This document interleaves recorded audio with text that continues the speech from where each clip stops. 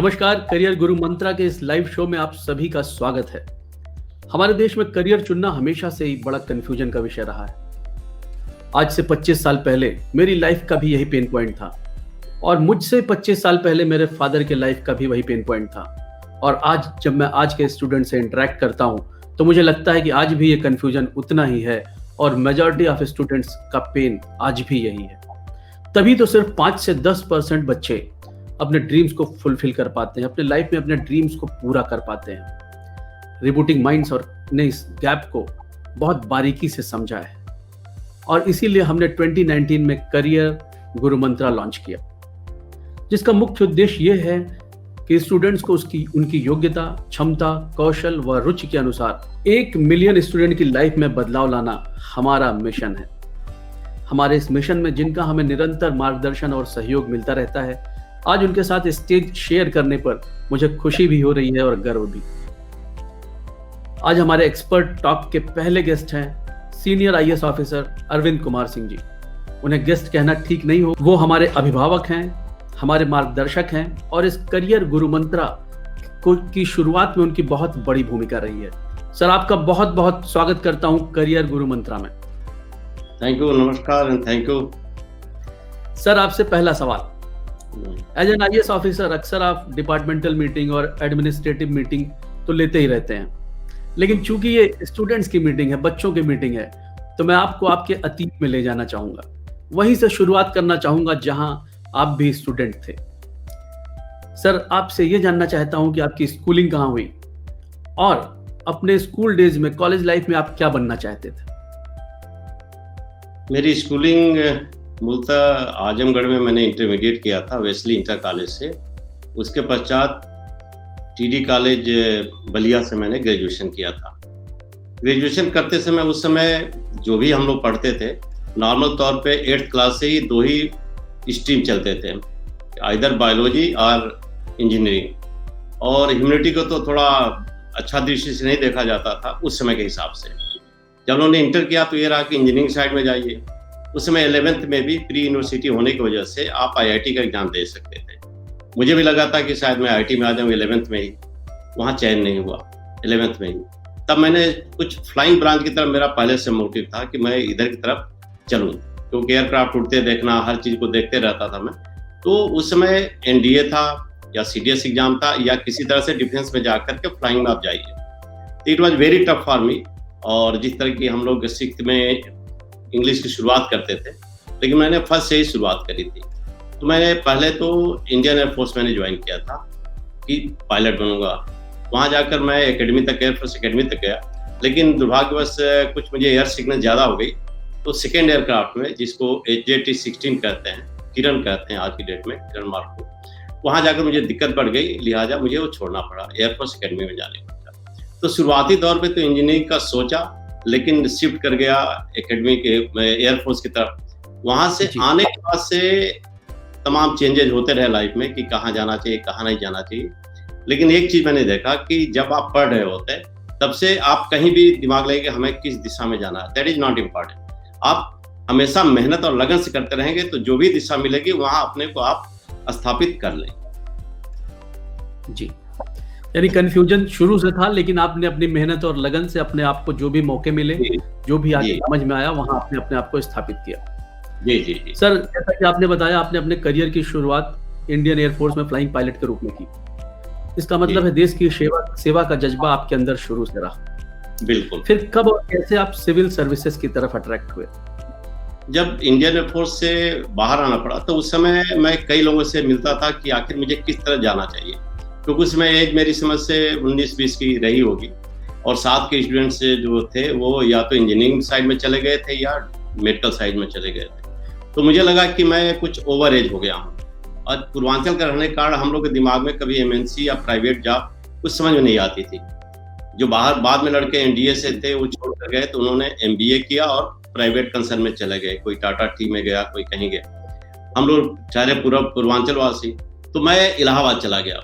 इलाहाबाद जाने के पश्चात कुछ जगहों मैंने देखा कि जिनको हम आदर्श मानते थे, जो मुझसे बहुत वरिष्ठ थे, करीब 7-8 साल, वो लोग भी वहाँ घूम रहे हैं, इन द सेंस की पढ़ाई कर रहे हैं। तब मुझे लगा कि मुझे इस तरफ आना चाहिए। जी। फिर सब्जेक्ट चूज करना it was very tough for me, क्योंकि हम लोग साइंस ग्रेजुएट थे। फिर पेपर्स मैंने देखे तो सारे पेपर साइंस वाले बहुत ज़्यादा गैप हो चुका था। फिर मैंने ह्यूमैनिटी चूज की। फिर लगा कि इतने ज़्यादा लोग स्टूडेंट्स बैठते हैं, चाहे स्टेट सिविल सर्विसेज हो, चाहे वो यूपीएससी हो, लाखों की संख्या में लोग बैठते हैं।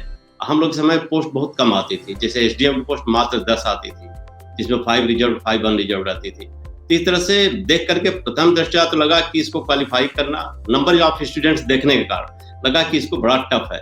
फिर कुछ गुरु मिले, कुछ लोगों ने कहा कि ऐसा कुछ नहीं है, उन्होंने दिशा दी, कुछ हम लोग का मन बढ़ाया, मनोबल बढ़ाया, तब जाकर हमने अपनी शुरुआत करी। और शुरुआत में ही मैंने बांध लिया था कि कितने लोग बैठे हैं दैट इज नॉट इम्पोर्टेंट। आप जिस तरह से पढ़ाई कर रहे हैं, क्योंकि कोई किसी सब्जेक्ट का मास्टर हो सकता है। सपोज करिए कोई फिलॉसफी का टॉपर है, मुझे लगा कि उस सब्जेक्ट का टॉपर है, लेकिन यहाँ तो सारे सब्जेक्ट्स आने हैं, जीके आने हैं, एसे आने हैं, बहुत चीजें। तो मैं किस चीज में बेहतर कर सकता हूँ, पहले उसको मैंने ठीक किया। उसके पश्चात किस सब्जेक्ट में मेरा रुझान ज्यादा है उसको दिया था। अब फिर दूसरों को देखने के बजाय मैंने अपने आप को संवारा कि मैं किस में बेटर कर सकता हूँ। और टचवुड मैं पहले अटेम्प्ट में ही असिस्टेंट कमिश्नर, सेकंड अटेम्प्ट में डिप्टी कलेक्टर, यूपीएससी के तीनों में इस तरह से मैं स्थापित होता चला गया। इसमें कुछ आगे भी कर सकते हैं। टचवुड मैंने जितने एग्जाम दिए सब में मैंने क्वालिफाई लगभग किया, सारे इंटरव्यू कलेक्ट किए। जी। तो सर उस दौरान जैसे इस समय हम लोग करियर काउंसलिंग की बात करते हैं, करियर गाइडेंस की बात करते हैं, उस समय मार्गदर्शन देने के लिए क्या ऐसे कुछ लोग वहाँ मौजूद थे या सीनियर से ही सहायता और सहयोग लेना पड़ता था? इसमें सबसे अच्छी बात है कि जो आपके साथ तैयारी कर रहे हैं वो उसमें आपको फ्रेंड सर्कल में ऐसे लोग मिल जाएंगे जिसको एक सार्थक रूप से आपका क्रिटिसिज्म करते हैं, जो बताते हैं कि नहीं आपका चाहे तुम्हारा ये वाला पोर्शन नहीं पर इस तरफ जाओ। और सीनियर मिलते हैं तो प्रॉपर गाइड भी करते हैं कि भाई हम तो नहीं हुए, कोई दिक्कत नहीं, इसको पकड़ो, तुम्हारे इसमें ग्रास्पिंग पावर है। तो इसमें बहुत ज्यादा सीनियर की जरूरत नहीं है, आपका जूनियर भी आपका गुरु हो सकता है, सीनियर भी गुरु हो सकता है। जहां से आपको पॉजिटिव एनर्जी मिले वहां से दीजिए। और एक चीज रही कि अपने अंदर क्यूरियोसिटी रखिए हमेशा। जैसे आजकल लड़के पढ़ते हैं तो मुझे नहीं पता किस तरह पढ़ाई होती है, लेकिन हम लोग के समय में भी थे जो ट्रेडिशनल रूप से पढ़ते थे। सपोज करिए अशोक महान था या XYZ था, तो क्यों था? अब बहुत ज्यादा क्यूरियोसिटी उनके अंदर नहीं रहती। जैसे सपोज करिए आज की डेट में चल रहा है, एक उदाहरण दूं कि विशेषाधिकार हनन का मामला चल रहा है महाराष्ट्र सरकार में। तो जैसे ये जो ही सब्जेक्ट है तो ये आना चाहिए कि आखिर ये विशेषाधिकार हनन होता क्या है, फिर कॉन्स्टिट्यूशन के किस धारा में, तो तुरंत उसको पकड़ना चाहिए। तो उस समय मेरी क्यूरियोसिटी इसी तरह रहती थी कि सपोज करिए कोई सब्जेक्ट मैंने पढ़ाई करी, किसी भी सब्जेक्ट का, चाहे साइकोलॉजी का, चाहे किसी का, रात में सोते समय हम उसको याद करने की कोशिश करते थे कि आखिर ये वाला किस चैप्टर में, आखिर इसका क्या मतलब है। क्वेश्चन ऐसे खुद ही बनाते थे, और नहीं आया तो उसी समय लाइट ऑन करी, उसी समय उसको पढ़ लिया, तब वो उससे एक तरह से रिपीटिशन हो जाता। तो हमेशा क्वेश्चन आप खुद तैयार करिए।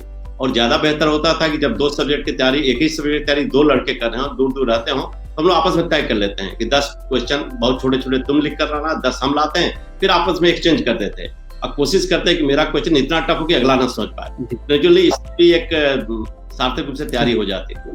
सार्थक प्रतिस्पर्धा कहिए इसे, ये भी तैयारी में अच्छा था, क्योंकि मेरे साथ जो DPSP लड़का था उसकी उस साल IAS में 12वीं किया। लेकिन हमेशा क्यूरियोसिटी रखिए, कैलकुलेटिव पढ़िए और उसके इम्पोर्टेंस में आखिर मैं क्यों पढ़ रहा हूँ। जी, बहुत अच्छी बात कही आपने, क्यूरियोसिटी रखने की और क्वालिटेटिव पढ़ाई की। और आज के दौर में सर जो जनरेशन है वो भाग्यशाली है कि आज गूगल भी है जो हर तरह की क्यूरियोसिटी को सॉल्व करने के लिए इंफॉर्मेशन लेकर सामने आता है। अगले प्रश्न की तरफ चलता हूं सर। सिविल सर्विसेज में सिलेक्शन हमेशा से अपने देश में गर्व और गौरव का विषय रहा है। बाहर से देखने में IAS ऑफिसर का रुतबा और शानो शौकत बहुत अट्रैक्टिव लगती है। आपने तो इस लाइफ को जिया है। बाहर से जो दिखता है और हकीकत में क्या दोनों सेम है या कोई डिफरेंस है? मैं चाहता हूं कि सिविल सर्विसेज में जाने की इच्छा रखने वाले सभी छात्र इसे बहुत गंभीरता से सुने। सर देखिए, सुविधाएं तो मिलती हैं क्योंकि आपका वर्किंग पैटर्न इस तरह मिलता है। लेकिन देखिए, ये जो है सिविल सर्विसेज है, जैसे इंडियन एडमिनिस्ट्रेटिव सर्विसेज है। सर्विसेज का मतलब सेवा, सेवा का भाव, आपको इसमें सेवा का भाव होना चाहिए। और अक्सर लोग देखते हैं बहुत सारे अधिकारी हैं आज की डेट में जाने पर डिस्ट्रिक्ट का जब कमांड उनको मिलता है, डिस्ट्रिक्ट मजिस्ट्रेट, तो कई प्रयोग करते हैं और चाहते हैं कि कैसे लोगों तक पहुंचे, कैसे उनकी सेवा ज्यादा ज्यादा किया जा सके। तब ये रुतबा तथाकथित जिसे कहें कि हमारे ऊपर पहले नीली बत्ती थी, आज की डेट में जो भी नहीं है, चाहे आपके पास और सुविधाएं हैं, उसकी तरफ ध्यान हम लोग का नहीं जाता। वो सुविधाएं जो दी गई हैं आपको पदेन दी गई है इसलिए कि आप अपना काम बखूबी कर सके। इसको हम दूसरे रूप में नहीं जोड़ते हैं। जो लोग इसको जोड़ते हैं तो बाहर से जो दिखता है वो अपनी तरफ दिखता है, ठीक है आप एक वीआईपी की तरह दिखते हो, लेकिन वो प्रोटेक्शन सरकार ने आपको दी है इसलिए कि आप अपना काम बखूबी कर सके, इसके लिए दी है। तो उसको दृष्टिकोण वहां जाकर चेंज हो जाता है। वहां जाकर लगता है कि कैसे हम ज्यादा लोगों तक पहुंचे, कैसे उनकी समस्याओं का हल करें, जो शासन के स्तर से जो भी निर्देश दिए गए हैं ज्यादा सुविधाएं प्रदान करना डिफरेंट फील्ड में, कैसे उनको कष्ट ना हो।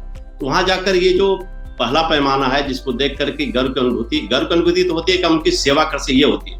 हम क्या बन गए हैं उसकी अनुभूति नहीं होती है, उसमें गर्व की अनुभूति नहीं होती है। ये लगता है कि हाँ हम इस काबिल ईश्वर ने बनाया है कि हम यहाँ तक पहुंच गए और ज्यादा से ज्यादा लोगों को हम सेवा कर सकते हैं। इवन वहां तक जाने के पश्चात जब आप बैठते हैं, अपने चैम्बर में बैठते हैं, चाहे कैंप ऑफिस में बैठते हैं, तो बहुत सारे आपके जानने वाले आते हैं, तो पता चला आप उनको समय नहीं दे रहे हैं। समय इसलिए नहीं दे रहे हैं क्योंकि आपके लिए जनता जनार्दन सबसे आगे है। पूरे डिस्ट्रिक्ट आपकी तरफ एक नजर से देख रहा है, तो आपकी यहाँ पर ज्यादा पड़ गया, ज्यादा आपके ऊपर एक तरह से प्रेशर पड़ जाता है, वर्क प्रेशर पड़ जाता है, और चाहते हैं कैसे दिन रात एक करके मेहनत करके कैसे हम बेहतर जिंदगी उनको दे सके। यही हाल मैंने भी देखा, ये डिस्ट्रिक्ट मजिस्ट्रेट देखा या एचओडी जब बन जाते हैं तो बहुत जगह आपको मिलता है। तो इस नाते से अगर लाइट वे में कहें तो बहुत सारे रिश्तेदार आपसे नाराज हो जाते हैं कि उनको आप समय नहीं दे पाते, तो वो सोचते हैं कि आप ये बन के नहीं दे, लेकिन ऐसा नहीं है। हर आदमी चाहता है क्योंकि जिस सेवा के लिए आप चुने गए हैं और तो आप कोशिश करते हैं ज्यादा से ज्यादा बेहतर कर सके। तो इसमें कोई दो राय नहीं है कि हाँ आने के बाद आपको गर्व की अनुभूति होती है, और ये होती है कि हम इस काबिल हैं कि हम सबके दुख सुख में शरीक हो सकते हैं और जनता का भला कर सकते हैं। तो ये गर्व की अनुभूति आवश्यक जी, बहुत सही कहा आपने सर। ये रुतबा और शानो शौकत से ज्यादा कहीं सेवा भाव के साथ सिविल सर्विसेज में, इंडियन एडमिनिस्ट्रेटिव सर्विसेज में जाना चाहिए और यही जज्बा रखना चाहिए। अगले सवाल की तरफ चलता हूं सर। एक सिविल ऑफिसर को अपनी लाइफ में कई बार ट्रांसफर देखना पड़ता है। बहुत मेहनत, बहुत पढ़ाई के बाद आप उस लेवल पे पहुंचते हैं। फिर ये जो बार बार ट्रांसफर होते हैं, ये कितना पेनफुल या जॉयफुल है, और क्या हर ऑफिसर इसके लिए मेंटली तैयार रहता है? सिविल सेवा में आने के पश्चात से हम लोग हर तरफ से अपने को मेंटली तैयार रहते हैं कि हमारी जहां उपयोगिता होगी, शासन सरकार सोचेगी कि इनकी उपयोगिता इस फील्ड में ज्यादा हो सकती है, लिहाजा वहां करती है। तो इसके लिए हम लोग मेंटली तैयार रहते हैं। तो इसमें कोई ऐसी बात नहीं लगती है या अचानक शौक नहीं लगता कि अरे मैं तो यहाँ कर रहा था, अचानक मुझे वहां भेजा गया। हम लोग मान के चलते हैं कि हमारी उपयोगिता वहां बेहतर होगी, सरकार ने सही सोचा होगा, हम लोग वहां चले जाते हैं जी। तो इसमें कोई ऐसी बात नहीं। लेकिन जनता और आम जनता या पेपर या बहुत सारे लोग सोचते हैं कि अरे ये तो यहाँ अच्छा काम कर रहे थे, 6 महीना रहे और अचानक उधर चल दिए, तो ऐसी बात नहीं है। सरकार उपयोगिता को देखकर हम लोग का उपयोग करती है और हो सकता है हम लोग वहां जाकर के बेहतर कर सकें। जी सर, आप डीएम भी रहे, सीडीओ भी रहे, मेडिकल एंड हेल्थ डिपार्टमेंट में एग्जीक्यूटिव डायरेक्टर भी रहे। एक लंबा अनुभव है आपका एडमिनिस्ट्रेटिव सेवा का। सो आज के दौर में एडमिनिस्ट्रेटिव ऑफिसर के लिए सबसे चैलेंजिंग क्या है? देखिए, अगर जॉब के दृष्टिकोण से देखें तो हर जॉब चैलेंजिंग है। एक होता है कि जो आप जैसे रूटीन में काम करते रहते हैं, किसी फील्ड में जाइए, आप जो भी जॉब ज्वाइन करिए, जो भी कुछ करिए, तो एक रूटीन पैटर्न रहता है। और अगर रूटीन पैटर्न सहकर उसको कैसे बेहतर बनाया जाए आम आदमी के लिए, ये चैलेंज हर जॉब में है। आप किसी फील्ड में रहिए, किसी भी डायरेक्टर की पोस्ट पर रहिए, डिस्ट्रिक्ट मजिस्ट्रेट रहिए, कमिश्नर रहिए या किसी भी जगह, हर जगह चैलेंज आपको ये है कि आप किसी का, तभी तो बहुत सारे आईएएस अधिकारी देखिए नए नए तरीके निकालते हैं, कैसे हम इसको बेहतर कर दें, कैसे इसको बेहतर करते हैं। तो सुधार की गुंजाइश हमेशा रहती है। तो हर जगह चैलेंज है। चैलेंज इन द सेंस कि एक पॉजिटिव चैलेंज है कि आप जो भी रूटीन में काम चले आ रहे हैं, कैसे जनता तक या कोई भी चीज हो कैसे सही तरीके से हर जगह प्रस्तुत हो सके। तो उसमें तो हर जगह चैलेंज है, और इस चैलेंज को हम लोग एक्सेप्ट करते हैं, स्वीकार करते हैं, या स्वीकार करके सही दिशा में कैसे ज्यादा अच्छा डिलीवर कर सके। तो चैलेंज हर जगह है, लेकिन ये चैलेंज ऐसा नहीं है जिससे निगेटिविटी आपके मन में आए। हमेशा पॉजिटिव मूड से आप चैलेंज को स्वीकार करते हैं, और चैलेंज तो हर जगह है। लाइफ जब तक आप जिंदा हैं, चैलेंज ही चैलेंज है। उस चैलेंज को स्वीकार करना ही एक तरह से हमें सीखना है। जी सर, सिविल सर्विसेज में सिलेक्शन के लिए बहुत पढ़ाई करनी पड़ती है। निश्चित रूप से अच्छे अंक प्राप्त करने वाले ही क्वालिफाई कर पाते हैं, और अच्छा नंबर स्कोर करने वाला क्या हर छात्र एक सफल ऑफिसर बन पाता है, या सफल ऑफिसर बनने के लिए कुछ और स्किल्स को सीखने की जरूरत होती है? इस बारे में क्या कहना है सर आपका? देखिए, अच्छा नंबर लाना और अच्छा अधिकारी बनना, दोनों में मैं नहीं समझता कि सामंजस्य ज्यादा है। क्योंकि जब आप इंजीनियरिंग करते हैं या आईआईटी से आते हैं या ह्यूमैनिटी से आते हैं, तो नेचुरली कुछ लोग होते हैं जो कि बेहतर अंक प्राप्त करते हैं, लेकिन फील्ड में आने के बाद से दूसरे तरह की लाइफ हो जाती है। तो जो आप एक तरह से एकेडमिक फील्ड में बैठ करके या कहीं बैठ करके पढ़ाई करते हैं किसी क्लास वगैरह में, उससे और प्रैक्टिकल लाइफ में बहुत ज़्यादा डिफरेंसेज होते हैं। बहुत सारे लोग आते हैं, पॉलिटिशियंस आते हैं, बहुत सारे विरोधी दल के लोग आते हैं, बहुत सारे ऐसे लोग आते हैं जो आप सही हैं तब भी आपको गलत ठहराने आते हैं, लेकिन कुछ लोग ऐसे भी आते हैं जो आपका मनोबल भी बढ़ाते हैं। तो दोनों में बड़ा अंतर है। तो अगर सफल अफसर बनना तो यहाँ you have to be very practical. आपको आँख नाक खुले रखना है, आँख कान हमेशा खुले रहना चाहिए कि कौन आदमी किस तरह का आपके पास रिस्पांस लेता है, क्योंकि कई लोग आपको कुछ गलत सूचनाएं देंगे, कुछ सही सूचनाएं देंगे, तो आपको अपने स्तर से उसको भली बात परीक्षण करने के बाद साथ देखना है। तो यहाँ पर प्रैक्टिकली देखा जाए तो अगर आपको सक्सेसफुल अफसर बनना है तो आपको ऑल टुगेदर एक अपने में थोड़ा सा अपने में चेंज करना पड़ेगा। आप जो पढ़े हैं और यहाँ आए हैं दोनों में अंतर है। तो ऐसा नहीं कि किसी ने टॉप किया या किसी ने फर्स्ट पोजीशन पाई वो अफसर भी फर्स्ट हो गया, ऐसा नहीं है। इसमें कोई आपस में सामंजस्य नहीं। जी जी सर, डीएम बस्ती के रूप में आपकी सबसे बड़ी अचीवमेंट अगर पूछा जाए तो वो क्या है? और कोई स्टोरी जो वहाँ पे आपके बहुत नज़दीक हो, बहुत करीब हो, या वहाँ के लोगों के लिए यादगार हो, मैं चाहूँगा कि आज ज़रूर शेयर करें आप इस मंच पर।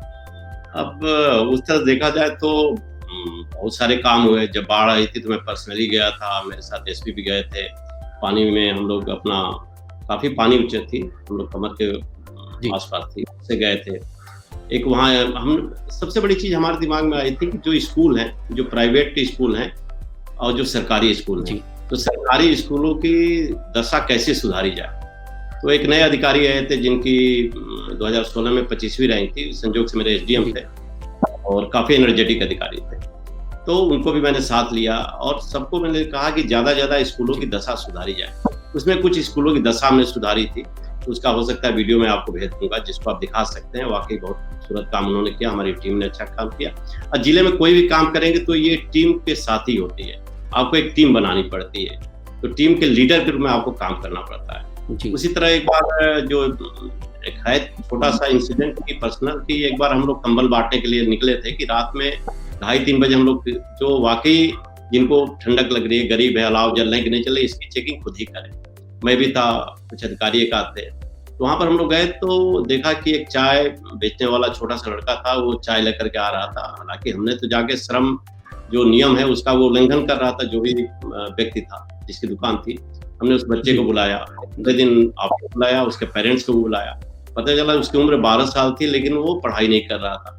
फिर उसको हमने दाखिला दिलाया आश्रम पद्धति स्कूल में, और वो एक तरह से अच्छा सीन था जो मुझे लगा कि नहीं, इस तरह से आप जो है कुछ बच्चों को लीजिए। फिर मैंने प्रेरित किया कि जितने अधिकारी थे कि सब लोग ऐसे ऐसे देखिए, छोटे बच्चे जो निकल रहे हैं, जो डर के मारे हमारे सामने नहीं आ रहे हैं, दुकानों पे काम कर रहे हैं, या आप लोग छापा डालने जाते हो तो पता चला दुकानदार ने भगा दिया, तो ऐसे देखकर जो बाल शक्ति है उसको कैसे हम आगे बढ़ाएं, ऐसे में हम लोग काफ़ी सफलता मिली थी।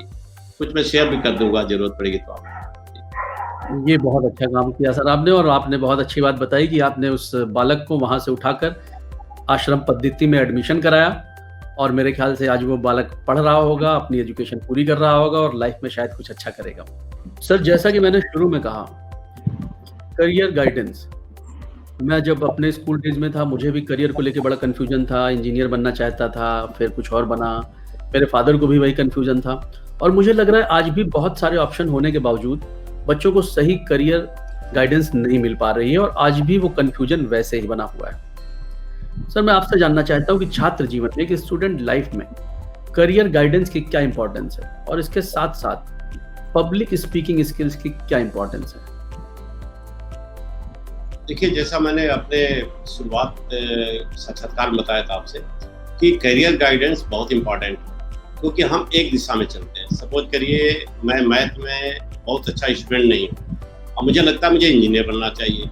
इंजीनियर क्यों बनना चाहिए? इसलिए कि XYZ का लड़का बन रहा है, या मेरे पेरेंट्स चाहते हैं कि मैं इंजीनियर बनूं। आज की डेट में कई बच्चों को इस कारण से अपने जो दिल की बात है ना सुन करके पेरेंट्स की बात सुननी पड़ती है, क्योंकि उनके ऊपर एक मानसिक दबाव पड़ता है। मेरी गुजारिश तो सभी जो पेरेंट्स हैं उनसे भी रहती है, और कहीं भी मीटिंग में ये कहता हूँ कि आप बच्चों से पूछिए कि वो क्या बनना चाहते हैं। आप उनके ऊपर थोपिए मत, तो आप उनको अलबत्ता गाइड करिए। सपोज कि आपका बच्चा बायोलॉजी में अच्छा है, आप जबरदस्ती उससे मैथ की तरफ बढ़ा रहे हैं, या कॉमर्स में अच्छा है या क्लैट के थ्रू लॉ में जाना चाहता है, तो कई बार होता है कि हम लोग प्रेशराइज करते हैं। अब विशेष करके पूर्वांचल के जिलों में, यूपी, बिहार, कुछ हिंदी स्पीकिंग बेल्ट्स में ये ज्यादातर है कि हम बच्चों को जबरदस्ती करते हैं कि नहीं तुम्हें यही बनना है। अब बनने का रीजन बस ये देते कि XYZ का बच्चा बनना है, उनका बच्चा बना, या उतने मार्क्स 90 लाए, तुम्हारे 85 आए, क्यों आए। तो ये देखकर हम बच्चों को एक तरह से उत्साहित न करके उनको हतोत्साहित करते हैं। बच्चा इसी कंपटीशन करता रहता है, अपने को लज्जता पाता है। तो उसके दिल की क्या बात है, उससे कहिए कि तुम दिल की बात लिखो। और एज ए गाइडेंस जो आप करते हैं एज ए काउंसलर, तो ये तो बहुत जरूरी है लिखे बच्चा कि वो क्या क्या बनना चाहता है, क्यों बनना चाहता है। जब अपनी बात लिखे तब उसको मैच करिए उसके अंदर एबिलिटी क्या है। जैसे मैंने पहले भी कहा कि it's not important what you want to be, ये भी इम्पॉर्टेंट है किसके लायक भी आप हैं। तो दोनों के बीच में जो मैच करेगा, ये गाइडेंस कराने वाला काम ये काउंसलर ही करता है। इसलिए काउंसलर की सहायता हमेशा लेनी चाहिए। जैसे हम लोग केस में, जब मैं इंडियन एयरफोर्स से बाहर आया, तब मुझे कुछ लोगों ने कहा कि नहीं, ह्यूमैनिटी सब्जेक्ट लेकर तुम सिविल सर्विसेज दो, मैंने दिया। तो मैं इस बात को बखूबी महसूस भी करता हूँ कि दूसरों की बात सुनो, और जो भी आपके लोग होंगे, नजदीक होंगे, वो आपके बारे में क्या प्रतिभा आप में निहित है वो आपको बताएंगे। और हर बच्चे के अंदर अपनी एक स्पेशल पोटेंशियल होती है, हर बच्चे के अंदर पोटेंशियल होती है, बस बखूबी उस पोटेंशियल को उभारने की बात है। जैसे कहते हैं ना, हीरे को तराशो, तो हर बच्चा अपने आप में हीरा है, उसको तराशने की जरूरत है। इसमें पेरेंट्स के सहयोग की बहुत जरूरत है। और एज ए काउंसलर जब आप जाएंगे तो आपको तो पेरेंट्स की भी काउंसलिंग करनी पड़ेगी, केवल बच्चे की नहीं। क्योंकि बच्चा कई बार कहेगा, अगर अकेले में बात करें, उसके मन की बात करें, तो बहुत सारे बच्चे ऐसे भी मिल सकते हैं जो कहे कि सर मैं ये बनना चाहता हूँ, लेकिन पेरेंट्स की तरफ से दबाव है कि नहीं, ये नहीं, तुम्हें ये बनना है। तो ये बड़ी दिक्कत होती है, उलझन होती है बच्चे के मन में। तो उसके उलझन को दूर करिए, क्योंकि हर एक फील्ड अपने आप में इम्पॉर्टेंट है। सेकंड क्वेश्चन आपका था कि कन्वर्सेशन का था। देखिए, बच्चे को चाहिए कि हमेशा अप टू डेट रहे, चाहे शुरुआती का 6th क्लास का बच्चा हो, चाहे सिविल सर्विस की तैयारी कर रहा हो स्टूडेंट से, कोई भी हो, हमेशा उसको हमेशा कन्वर्सेशन करते रहे डिफरेंट टॉपिक पर। आखिरकार अब जब इंटरव्यू में जाते हैं या ग्रुप डिस्कशन में जाते हैं, तो ये बोलने की कला ही तो आपको काम आती है। इसलिए कन्वर्सेशन करते रहना, अप टू डेट पोजीशन करते रहना। और जैसे इंडो चाइना रिलेशन क्या है, इंडो पाक रिलेशन क्या रही है, कंगना रनौत के केस में क्या हो रहा है, कोई भी पक्ष लीजिए आप, और हमेशा अपनी क्यूरियोसिटी जागृत रहिए। विशेषाधिकार हनन होने जा रहा है, पता चला महाराष्ट्र गवर्नमेंट, तो आखिर ये हनन है क्या, आखिर क्यों होता है, कब लाया जा सकता है, कितने दिन की सजा है, इंडो चाइना में है तो क्या बात है, गलवान घाटी क्या चीज है, रूस और अमेरिका के संबंध कैसे हैं, हम कहाँ लैंड कर रहे हैं, इजराइल से हमारे क्या संबंध है। तो जितना आप सोते रहेंगे उतनी क्यूरियोसिटी रहेगी, उतनी ही आप पढ़ेंगे, तब अपने किसी न किसी सर्किट के फ्रेंड से करेंगे बात, भाई तुम बताओ क्या चीज है। तो ये बोलने की जो कला होती है तभी निखरती है जब ज्यादा आप बोलें। तो कन्वर्सेशन तो हमेशा करते रहना चाहिए, और हमेशा जहां भी मौका मिले बोलने के लिए बढ़ चढ़ कर हिस्सा लेना चाहिए, तभी आपकी प्रतिभा निखरेगी। जितना आप बोलेंगे प्रतिभा निखरेगी, लोग आपको और भी बताएंगे कि आपकी ये कमी थी, इस जगह आपने थोड़ा सा गलत बोला या सही बोला, तब आप इनकरेज होंगे। बहुत अच्छी बात कही सर आपने। पेरेंट्स के लिए ये मैसेज है, बहुत इंपॉर्टेंट है कि वो अपने बच्चों को सिर्फ मार्क्स लाने के लिए या जो वो चाहते हैं वो बनाने के लिए इनकरेज और प्रेशराइज न करें, बल्कि इनकरेज करें वो अपनी क्यूरियोसिटी को बढ़ाएं, इनकरेज करें वो कैसे अपने सवालों को काबिल लोगों के सामने रखें, उनसे अपनी बात कर सकें, बात समझ सकें और अपना ज्ञान को बढ़ा सकें। ये बहुत इंपॉर्टेंट है। दूसरी बात सर, आपने इंटरव्यू और पब्लिक स्पीकिंग स्किल्स की कही, तो मुझे आपके बारे में पता है कि आप आज तक कभी इंटरव्यू में असफल नहीं हुए। तो इंटरव्यू में आपकी सफलता का राज क्या है? ये मंत्र आप आज बच्चों को भी दीजिए अपनी सफलता के। सफलता के दो एग्जांपल दो जी, हालांकि बहुत पर्सनल है, और मैं ये सलाह दूंगा बच्चों को कि एग्जैक्ट उसको फॉलो न करें, लेकिन दो का मैं सवाल दे रहा हूँ, दो इंटरव्यू के बारे में बता रहा हूँ। जब मैं इंडियन एयरफोर्स में गया था तो उसमें SSB सर्विस सिलेक्शन बोर्ड होता है, जो कि 4-5 दिन का इंटरव्यू होता है, 4-5 दिन की रहती है। उसमें डिफरेंट टाइप के इंटरव्यूज होते हैं, तो एक पर्सनल इंटरव्यू होता है। तो मैं उस समय क्रिकेट क्योंकि नया शुरू हुआ था, 80 के आसपास हम लोग का इंटरव्यू था, 81 में मुझे जहाँ तक याद है, एयरफोर्स सिलेक्शन बोर्ड मैसूर में मेरा हुआ। तो मुझे था कि किसी तरह साक्षात्कार बोर्ड के अध्यक्ष को मैं क्रिकेट की तरफ मोड़ूं, पहले से मेरे दिमागी तरफ तैयारी थी। हालांकि मैं नहीं कहता कि ये कला है या क्या है, और कोई बच्चा इसको एग्जैक्ट उसी को अपनाए ब्रांडली, ये मैं नहीं कहता, सलाह नहीं देता, मैं अपनी बात बताता। तो मुझे लगा, मैंने कुछ बुक्स पढ़ी थी डिफरेंट लोगों के बारे में। जैसे एक बुक थी हायर देन एवरेस्ट, इसको मेजर HPS अहलूवालिया ने लिखी थी। उनका एक पैर में प्रॉब्लम थी, तब भी एवरेस्ट पे चढ़ गए थे। फिर एक सीमांत गांधी भी मैंने पढ़ी थी, कुछ बुक्स पढ़ी थी। जब साक्षात्कार शुरू हुआ तो मैंने इन बुक्स के बारे में बताया। बुक्स उन्होंने पूछा, नेचुरली कोई पूछेगा कि अगर आपकी हॉबी बुक्स रीडिंग है तो कौन सी बुक्स आपने पढ़ी? तो मैंने मेजर एचपीएस अहलूवालिया लिया, तो उन्होंने पूछा कि कौन सी बुक है? तो मैंने कहा सर हायर देन एवरेस्ट। कहा कि what does higher than Everest means? हमने कहा सर यहाँ ये करेज की बात कर रहे हैं, एक पैर में प्रॉब्लम होते हुए ये आदमी एवरेस्ट पे चढ़ रहा हुआ था, first man in that way. उसके बाद से तो कई लोग गए जो कि दिव्यांग थे, गए। तो ये साहस की बात हो रही है। तो उन्होंने कहा कि आपको यानी बायोग्राफी पढ़ना ज्यादा अच्छा लगता है, लोगों की आत्मकथा। हमने कहा हाँ सर, जिसने जिंदगी में कुछ मुकाम हासिल किया उनके बारे में पढ़ने की मुझे इच्छा रहती है। पूछे क्या और कुछ बुक्स बताइए? तो मैंने बताया थोमो थॉमसन ने लिखी थी, लिली थॉमसन की जोड़ी में से थॉमसन जो कि fastest bowler of the world है। फिर कहा एक और बताइए, तब मैंने बताया सनी डेट्स नीलगावस्कर। फिर पूछे और बताइए, तो मैंने कहा वन मोर ओवर। प्रसन्ना बहुत बड़े ऑफ स्पिनर थे, आप जानते हैं, उन्होंने की। तब इंटरव्यूअर ने थोड़ा सा पता नहीं कैसे कहा कि it means you are interested in cricket. हमने कहा यस सर। बस क्रिकेट पे आया और फिर मेरी बैटिंग ठीक रही। इसी तरह दूसरा वो एक इंटरव्यू हुआ था कि मैं ये नहीं बताऊंगा किस वाले में, 6-7 दिए। एक इंटरव्यू में मैं किसी इन्फोर्समेंट विंग में काम करता था, अच्छे पद पर था। उसके बाद मेरा चयन दूसरे पद होना था, उसमें मैं चला गया था। तो मेरी दाढ़ी थोड़ी थोड़ी बड़ी थी। मेरे एक सर्किट के फ्रेंड थे, तो उन्होंने कहा कि यार कल मॉर्निंग है, मॉर्निंग में अपनी दाढ़ी शेव करा के चले जाना। संजोग से उस दिन बंदी हो गई थी और हम उनके साथ निकले। हमने कहा क्या तो बंद है, और फर्स्ट नंबर मेरा इंटरव्यू आ गया। इतना समय भी नहीं था, अब वही हासिल नहीं था। मैं हल्की दाढ़ी में गया, आप यकीन करिए, लेकिन मैंने खुद दिमाग में ठान लिया। जब गए तो हल्की दाढ़ी देखकर लोगों को बहुत अजीब लगा, जो एक्सपेक्ट मैं कर रहा था। वैसे ड्रेस सेंस मेरा ठीक था। कुछ देर चलता रहा, कुछ देर बात होती रही। उसमें से तब एक सज्जन ने मुझसे पूछ लिया, एक सदस्य, मानव सदस्य ने, कि ये हल्की हल्की दाढ़ी रखने की मतलब क्या वजह है, क्या आपको कोई स्किन डिजीज है? मैं वहाँ स्किन डिजीज बता सकता था दीपक जी, लेकिन मैं नॉर्मली इस मामले में वैसे भी झूठ बोलने से परहेज करता। हमने कहा नहीं सर, मुझे कोई स्किन डिजीज नहीं है। लेकिन फिर मैं झूठ न बोलकर थोड़ा सा इसमें मैंने कुछ और डाला। उन्होंने पूछा क्या वजह है? हमने कहा सर मैं इन्फोर्समेंट विंग में हूँ और मैं बहुत दुबला पतला हूँ, और जब मैं जाता हूँ कई जगह तो मेरे साथ एक जूनियर अधिकारी रहता है, 3-4 सिपाही रहते हैं, और गाड़ियाँ लूटनी पड़ती है। और जो मैं जिस इलाके में काम कर रहा हूँ उसमें मैं बनारस में पोस्टेड था, असिस्टेंट कमिश्नर से। तो मैं कहा जहाँ जब मैं पोस्टेड हूँ सर, और वो इलाका ऐसा है कि वहाँ ड्राइवर अक्सर पाले पड़ते हैं, तो वो मेरी शक्लो सूरत सब देख करके बहुत दुबला पतला, तो हो सकता है वो बहुत सीरियसली न लेते हो। तो मुझे लगा थोड़ी दाढ़ी बढ़ाने से, कम बोलने से मैं थोड़ा सा फिजिकली अपीयरेंस मेरा थोड़ा सा हेवी लग रहा हो। खैर वो बहुत हंसे, समझ गए कि नहीं चलो ये रखना नहीं चाहिए। लेकिन मैंने कहा नहीं सर, इसी वजह से मैं रखता हूँ कि थोड़ा सा, कहीं नहीं। एक इंटरव्यूअर ने मजा भी लिया कि थोड़ा खा पी कर थोड़ा लंबे चौड़े हो जाओ, ठीक तो है। तो मैंने कहा हाँ सर, आगे देखेंगे, वही कोशिश कर रहे हैं। ये बड़ा पॉजिटिव सेंस भी लिया लोगों ने। तो कई बार होता है कि आप कौन सी ट्रिक पॉजिटिवली काम कर जाती है। इंटरव्यू मैंने देखा हर इंटरव्यू का अपना तरीका होता है।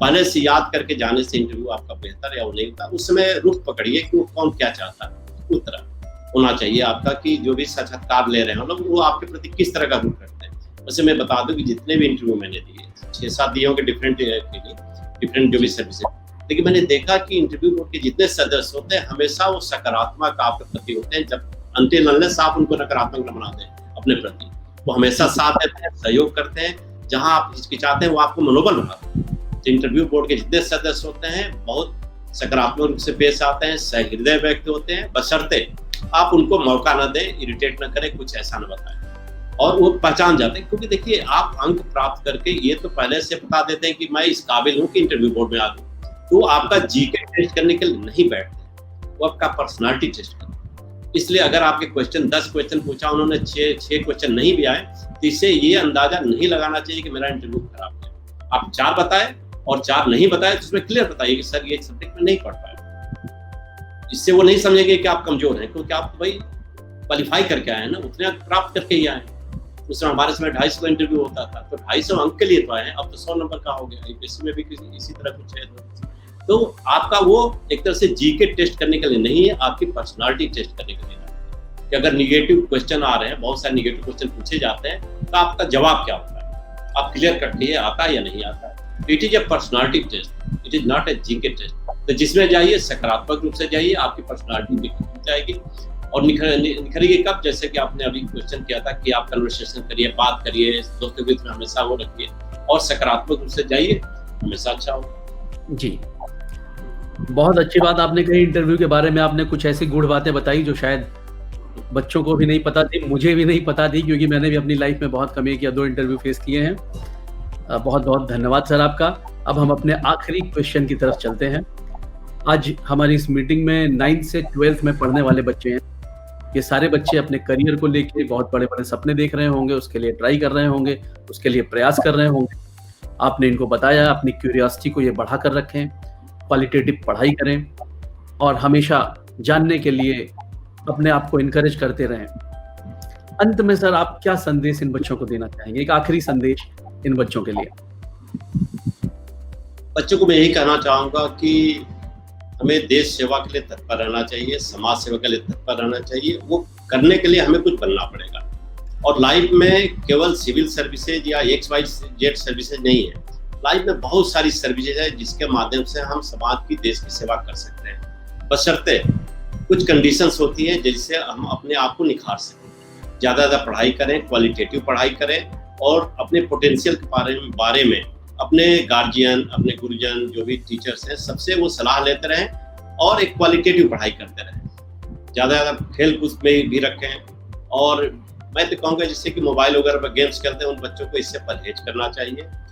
वास्तव में फील्ड में जाना चाहिए, कुछ चेंज करना चाहिए, क्योंकि लगातार मोबाइल पे गेम खेलने और उससे देखने से कुछ बीमारियां भी, दिक्कतें भी आ रही हैं बच्चों में। ये सुनने में भी आ रहा है और उस में आप भी सुनते रहते होंगे। तो ज़्यादा वो अपनी पढ़ाई करें, क्वालिटेटिव पढ़ाई करें, हमेशा प्रसन्न रहें और जो मन की बात है वो अपने ऊपर किसी तरह की बात हो अपने गार्जियन से जरूर शेयर करें कि हमें XYZ एग्जाम में ठीक नंबर नहीं मिले या इस सब्जेक्ट में मुझे नहीं लगता मैं ठीक कर पाऊंगा, मुझे इस फील्ड में जाना चाहिए। तो अपनी बातों को जरूर बताएं, जरूर शेयर करें, अपने अंदर न रखें। पेरेंट्स को, फ्रेंड को, जो भी टीचर हो, सबसे शेयर जरूर करें और दिन रात मेहनत करें। और यही 6 से 12 तक की पढ़ाई आपके लिए बहुत इंपॉर्टेंट है। 6 to 12 तक की जो एजुकेशन होती है दैट इज टू इम्पॉर्टेंट। ये आपका बेस होता है। इसके बाद से जब नींव आपकी मजबूत होती है तो आगे तो आप खुद ब खुद अच्छा कर लेते हैं। ये बहुत लिटमस टेस्ट है। 6 साल आप अपने को झोंक दीजिए और आप समझिए कि समाज और देश के लिए आप एक अच्छी मिसाल कायम हो सकेंगे। बहुत सही कहा आपने सर। ये इनके लिए एक बेस है, यहीं से इनको मजबूती मिलेगी। इस बेस को जितना मजबूत करेंगे उतनी बुलंद इमारत होगी। मोबाइल से आपने दूर रहने को जरूर कहा, मोबाइल गेमिंग से बिल्कुल दूर रहना चाहिए। हाँ, मोबाइल आज की डेट में एक लर्निंग टूल भी है। अगर आप उसका सकारात्मक उपयोग करते हैं तो जरूर करते रहिए थोड़े समय के लिए, लेकिन उसको एडिक्ट मत हो जाइए। मेरा मतलब उसी से था, गेमिंग से मेरा मतलब था। और दूसरा एक सवाल मैं यहाँ और भी ऐड कर दूं, जो सिविल सर्विसेज के स्टूडेंट्स हैं। देखिए जी, आप जब गूगल करेंगे तो बहुत सारे क्वेश्चन के आंसर एक जैसे मिलेंगे। सपोज करिए आपने कोई ऐसा सब्जेक्ट आप किया है, ह्यूमैनिटी का कोई सब्जेक्ट आप किया और आपने कोई क्वेश्चन का आंसर देखा, तो क्वेश्चन का आंसर सब लोग देखेंगे तो एक समान रहेंगे। तो सब लोग एक ही जैसा लिखेंगे तो आखिर एग्जामिनर जो है किसको नंबर ज्यादा है कम है। तो आपको बेटर और डिफरेंट लिखना पड़ेगा। केवल इसके सहारे न रहिए, जो आप पढ़ते हैं केवल इसके सहारे न रहिए। या कोरा पे आप गए तो कोई जरूरी नहीं कि कोरा में जितने आंसर होते हैं वो सब सही होते हैं। तो एक तरह से क्यूरियोसिटी रखिए। इसके साथ साथ अपने सब्जेक्ट बुक्स हो, जो भी नोट बुक्स हैं, जो भी पढ़ाई जाती हो, जो एक्चुअल बुक्स होती है, उसका भी सहारा जरूर लीजिए। जी, यानी बुकिश नॉलेज से ही नहीं काम चलेगा, उनके दिल से भी जो बातें आती हैं, जो उनको खुद अपने समझ में आता है, अपनी अभिव्यक्ति को उनको बेहतर करना पड़ेगा। ये आपका संदेश है। बहुत बहुत धन्यवाद सर, आपका साधुवाद, आभार। आज आपने अपना कीमती समय निकाला इन बच्चों के लिए, करियर गुरु मंत्रा के लिए। आज आपने अपने 30 साल के लंबे अनुभव को इन बच्चों के साथ साझा किया। हम सभी को बहुत कुछ सीखने समझने को मिला। करियर गुरु मंत्रा की इस यात्रा में आप हमारे लिए श्री कृष्ण की भूमिका में हैं और ऐसे ही हमारा मार्गदर्शन करते रहिए। निश्चित रूप से हम मिलकर अपने मिशन को अवश्य पूरा करेंगे। अंत में मैं सभी स्टूडेंट्स का धन्यवाद देना चाहता हूं जिन्होंने बड़े ध्यान और इत्मीनान से इस लंबे सेशन को सुना, सर को ध्यान से सुना। सर ने जितनी बातें बताई, अगर आपने उसको अपने लाइफ में फॉलो कर लिया तो निश्चित रूप से आपकी इमारत बुलंद होगी। बहुत बहुत शुभकामनाएं, बहुत बहुत धन्यवाद।